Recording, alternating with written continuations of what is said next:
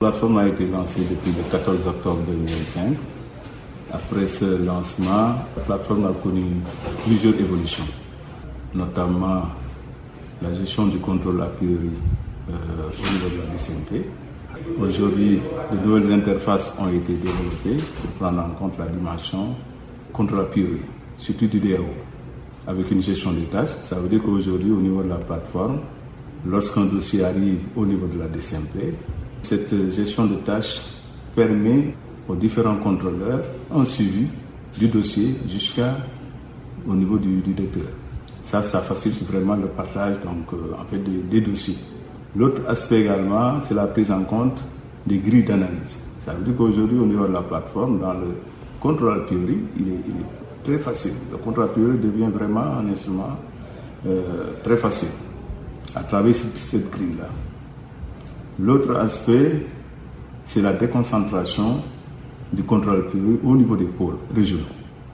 Ça veut dire que les pôles régionaux de la DCMP ont la même possibilité que le niveau central pour faire donc le contrôle a priori sur les DAO. Ça vraiment, c'est des évolutions très remarquables donc, qui ont été constatées au niveau de la plateforme. En termes de perspective, nous sommes en train de réaliser les modules complémentaires qui concernent toute la partie évaluation, attribution des marchés, la gestion du contentieux et la gestion des procédures dérogatoires et des prestations intellectuelles.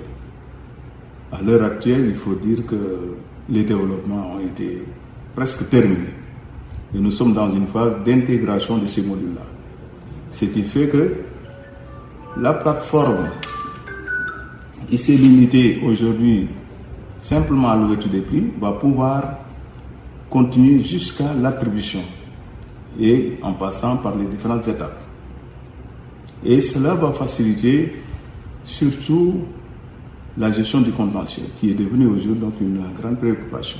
Autre chose, nous sommes en train de réaliser l'interopérabilité avec les différentes plateformes. Il faut dire que l'interopérabilité avec la NSC a été réussie. A été réussie avant même le lancement. Nous sommes en train de voir avec le budget comment, dès la planification, intégrer les éléments budgétaires, mais aussi avec la régulation, avec la redevance de régulation. Comment prendre en compte dans la plateforme le suivi donc, des attestations. L'ARCOP est en train de développer en interne un système pour gérer la redevance de régulation. Donc l'objectif, c'est d'interconnecter ces deux plateformes, Appel et cette plateforme de gestion de la redevance de régulation. Nous sommes en train aussi de voir avec la DGID comment intégrer le quitus fiscal, mais aussi les états financiers. Donc ce projet est assez avancé et nous espérons peut-être d'ici 3 mois que l'intégration, en tout cas l'interopérabilité avec la Direction générale des impôts se fera. Il en est de même avec l'IPRES et la caisse de sécurité. Parce qu'aujourd'hui, l'objectif, c'est qu'il n'y ait pas de dépôt physique, ni de l'IPRES, ni de la caisse de sécurité. Que la plateforme puisse simplement, au moment du dépôt du soumissionnaire, puisse vérifier l'existence ou non de cette pièce-là. Ce qui est prévu, c'est de former l'ensemble des acteurs de la commande publique à l'utilisation de la plateforme. Donc, allant de la planification, pour l'instant, jusqu'à l'ouverture des prix. Sachant que, actuellement, l'autorité de régulation de la commande publique a entamé la phase complémentaire de développement des modules qui vont compléter ce processus. Donc, allant de l'évaluation jusqu'à l'attribution en passant par la gestion des contentieux.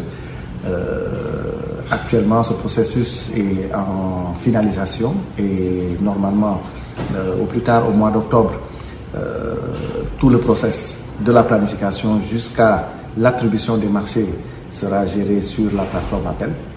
Et nous comptons inscrire l'ensemble des plans de passation de toute l'administration sur le plan de passation de 2027. dont l'échéance c'est le 1er décembre 2026. Alors les autorités nous poussent réellement à finaliser cette étape afin de passer totalement à des marchés dématérialisés de bout à bout. Il y a d'autres chantiers, notamment qui sont en vue avec la DGCPT, la Direction générale du Trésor, parce que l'une des préoccupations, c'est de pouvoir aussi intégrer au même titre l'administration centrale, le budget des collectivités territoriales et des structures parapubliques qui sont gérées au niveau de la Direction générale du Trésor. Vraiment voir comment on pourrait intégrer notre plateforme aussi pour régler ces préoccupations des collectivités territoriales et des structures parapubliques. D'autres chantiers également sont en vue, notamment sur 2027, c'est comment continuer le projet, gérer la gestion contractuelle, l'exécution. Mais derrière tout ça, nous avons de grands chantiers, surtout de formation. Parce que vous savez tous qu'une telle plateforme ne peut se faire si les acteurs ne sont pas bien formés. Les autorités contractantes, le secteur privé. L'autre aspect très important de cette plateforme, ce sont les interconnexions. Alors, on en a beaucoup parlé, mais aujourd'hui, ça commence à devenir une réalité.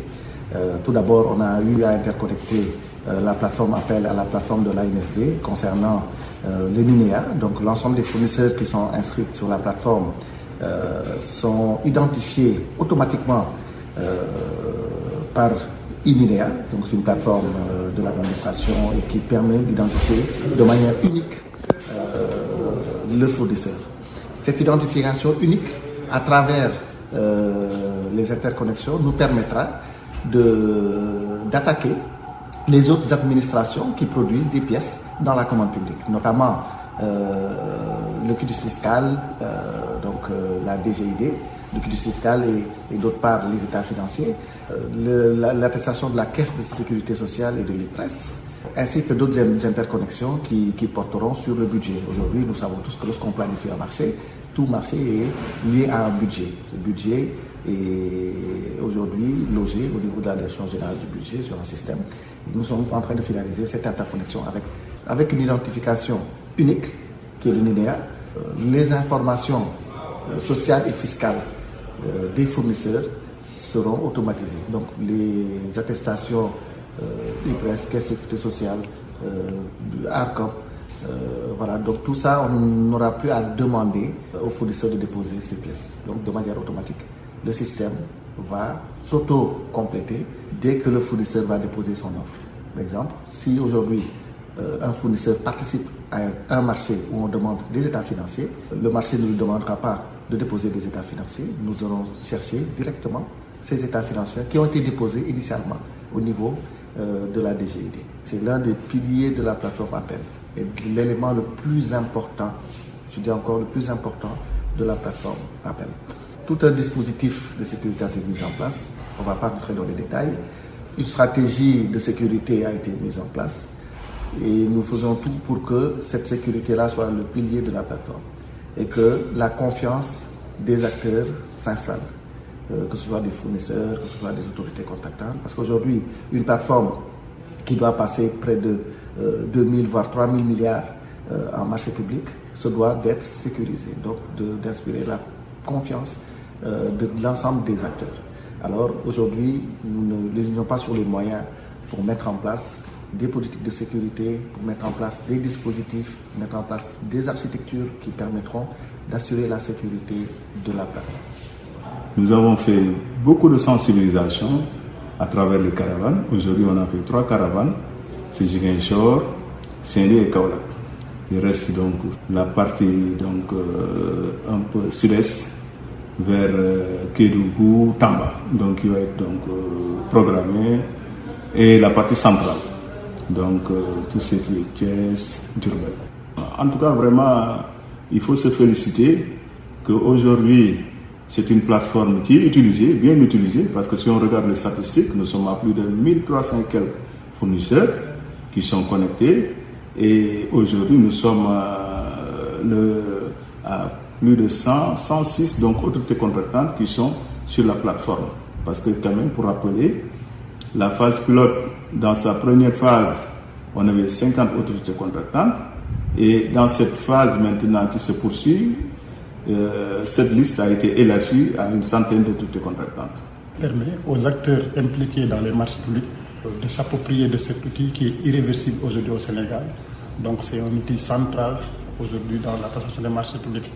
Dans sa phase test, il y a beaucoup d'autorités contractantes aujourd'hui qui sont enrôlées et le contrôle financier ne pouvait pas être en reste. Donc c'est pourquoi, comme nous sommes dans beaucoup de commissions des marchés dans le secteur parapublic, donc la commission de contrôle financier a voulu bien donc avec le partenariat avec l'ARCOP d'organiser cette session de formation. Donc nous remercions vivement donc monsieur le contrôleur financier, monsieur Cheikh Diop, et les équipes de l'ARCOP pour cette session de formation qui nous permet de s'approprier de l'outil, qui nous permet de comprendre le fonctionnement de l'outil et d'être mieux outillés et de permettre aujourd'hui une gestion des ressources publiques de l'État du Sénégal, donc en vue d'avoir la commande publique qui se passe en toute transparence. La création de cette plateforme répond à une exigence environnementale, l'évolution de l'environnement aujourd'hui qui dicte l'émergence de l'économie numérique, qui dicte l'émergence de la digitalisation. Et pour mieux répondre et mieux mouvoir dans ce cadre d'évolution de l'économie, mais également des actes et des comportements, la création de cette plateforme, en tout cas, on semble être d'une nécessité absolue. Et bien évidemment, à la formation également, à l'utilisation de cette plateforme, on semble être une utilité manifeste pour le contrôle financier. D'autant plus que le contrôle financier siège aujourd'hui dans notamment de commission notamment en tout ce qui concerne le secteur parapublic sénégalais, qui est aujourd'hui l'opérateur principal de politique publique. Nous l'accueillons vraiment avec satisfaction, dans la mesure où il présente beaucoup d'avantages au niveau de la célérité, au niveau du gain de temps, surtout au niveau de la transparence et de l'égal accès des acteurs au niveau de la commande publique. C'est que pour ça, on en est au début, donc avec peut-être une évolution donc, que nous allons suivre, et à chaque fois que de besoin, nous allons solliciter l'ARCOP pour donc, les formations, pour pouvoir suivre le processus, n'est-ce pas, jusqu'à son terme. Donc nous, en tant que contrôleurs d'État, en tant que nous devons toujours pratiquement, c'est une chance inouïe pour nous, parce que beaucoup de choses qui se passaient au niveau des marchés publics vont être maintenant déplacées au niveau de la plateforme et que tous les acteurs pourront suivre du début à la fin toute la procédure de sélection de la commande publique et par ricochet un peu donc de la transparence, du niveau ou de la qualité de traitement des différents acteurs au niveau de la commande publique. Je crois que cette plateforme à terme va révolutionner totalement, n'est-ce pas, le domaine des marchés publics et plus généralement de la commande publique, au-delà même des marchés publics. Je sais qu'on aura encore à explorer d'autres domaines et à nous contrôleurs, de toute façon, nous avons eu parce que le code des marchés a évolué depuis et continue d'évoluer, c'est normal, donc il s'adapte donc à l'évolution de la réalité des marchés, de la réalité de la vie économique. C'est normal qu'il soit dynamique.